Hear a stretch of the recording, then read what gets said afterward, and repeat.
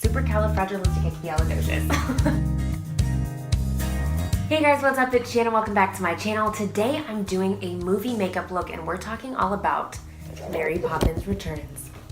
Ding! If you happen to be new to my channel, welcome. I'm a freelance makeup artist and licensed esthetician based out of Los Angeles, obsessed with simplifying beauty, making it quick and easy, and giving all of my tips and tricks to you. This was such a fun tutorial to create because I actually used all drugstore products. So if you enjoyed this video, definitely don't forget to give it a thumbs up and consider subscribing if you haven't already. Alright guys, let's hop into it.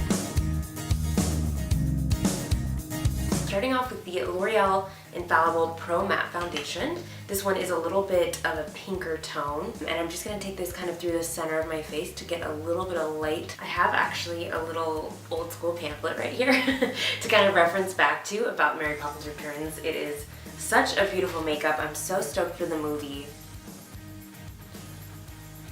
Alrighty, and now that we're looking like Casper the Ghost, I'm going to go in with this Wet n Wild. It has just a bit more of a warmer undertone to it.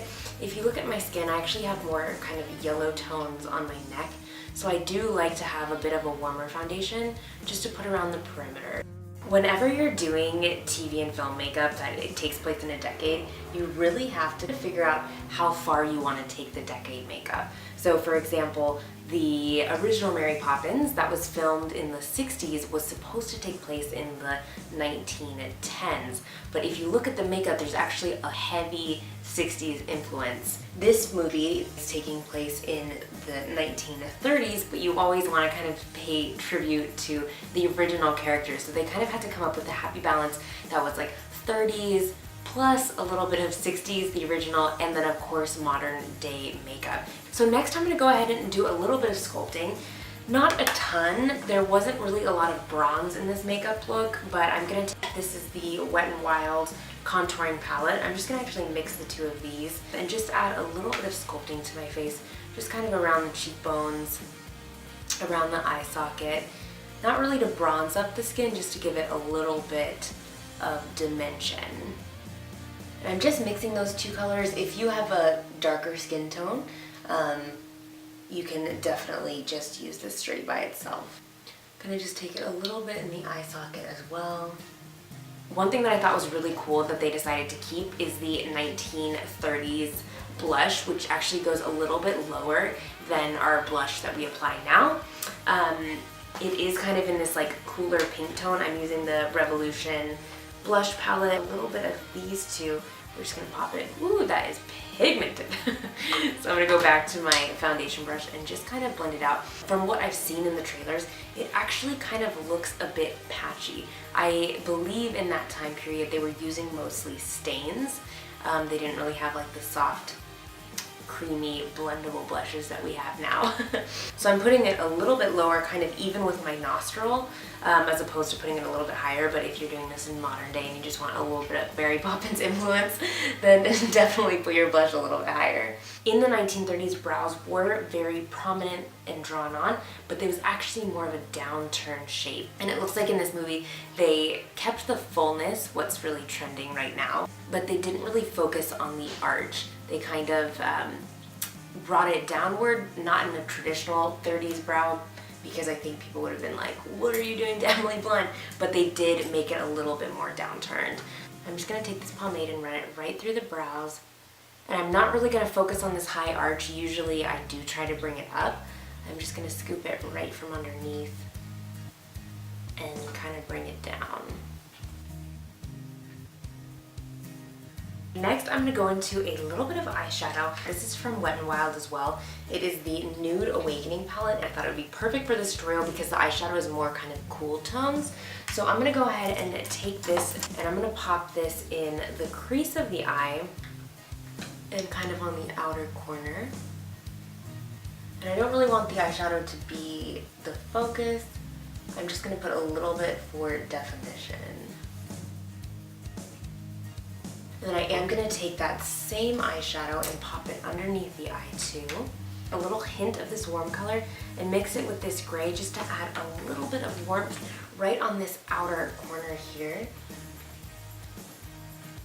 This is one of my favorite brushes for blending. This is the 783 Small Tapered Blending Brush. It's my hero. I'm going to take this little blush brush that I had used and just blend it right on the edge and then into the brow. I'm going to just start with this matte tone, and I'm going to put that in the front half of the eye.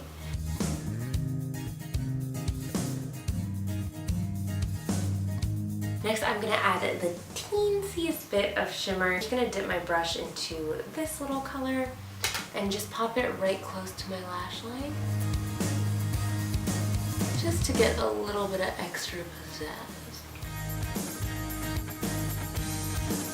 It does look like there's a little bit of a soft brown with shimmer just right underneath, so I'm going to use this little brush and just pop a little bit of it, keeping it pretty close to my lash line.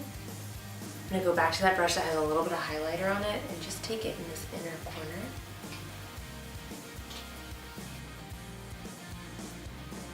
Next, I'm going to go into eyeliner, and I'm actually going to use a really small brush to apply it super close to the lash line. And I'm using Noir by Antoinette. It is like the darkest black eyeliner. It's amazing.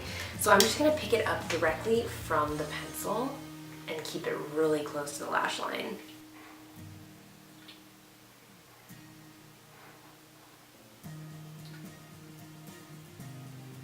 Next, I'm going to add a little bit of mascara, and then I'm probably going to pop on just a few fake lashes. This is the Rocket Volume Express from Maybelline, and I'm going to do heavy on top and just a little bit on bottom. Next, I'm going to pop on some little lashes. These are the Trio Flare Extra Short Black. I'm obsessed with these ones. I think they look so natural and beautiful. And I'm just going to use, this is the Duo Latex Free Glue. This, I think, is the kind of the easiest one for consumers. And I do have a separate video all about fake lashes that I'll link in the description box, so if you don't know where to start, definitely check that out. Bloop. If you put them in the center of your eye, it's going to make your eyes look more open and big. And if you put them on the edge of your eye, it's going to make them look more elongated. And then you just want to press them right to your regular lashes, so that they blend. Next, I'm going to go into concealer. This is the LA Girl Pro Concealer, and I'm actually going to use just a little fluffy brush to blend it all out. I love using a fluffy brush to apply concealer, especially after you've already applied eyeshadow, because it just kind of makes it blend effortlessly into the eyeshadow without it looking like a straight line. I'm just going to take a little bit of this excess that's on my brush, and I'm just going to softly wash it over all of the eyeshadow just to keep it really, really natural. The focus of this makeup look isn't the eyeshadow, so I just want it to be there doing its thing given definition, but I don't want it to take over the whole look. And then, of course, it would not be Mary Poppins without a bold, beautiful lip. I'm actually going to start off with the e.l.f. Lip Exfoliator. It comes in a little stick. I love this thing. It exfoliates all of the dead skin, and it's so easy to use, especially if you're going to be doing a bold lip. You really want to do an exfoliation first. And then you just remove it with a little bit of water, and your lips are hydrated, plump, and ready to go. In the original, it looked like they used more of a brick red, but in this movie, it actually looks like it's kind of more of like a bluey red, almost like a berry. This is from NYX. It is in Cabernet, and I'm just gonna use this to outline the outside. Then I'm gonna go in with the Prestige Lip Liner in Kiss and just fill it in. And by just taking a blank brush, I'm just going over the edges just to really soften them and make them look kind of lived in. I'm going to top it off with the Revlon Kiss Plumping Lip Cream. And that is the final look.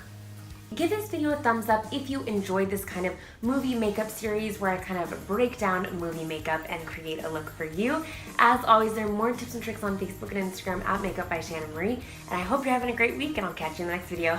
Bye, guys.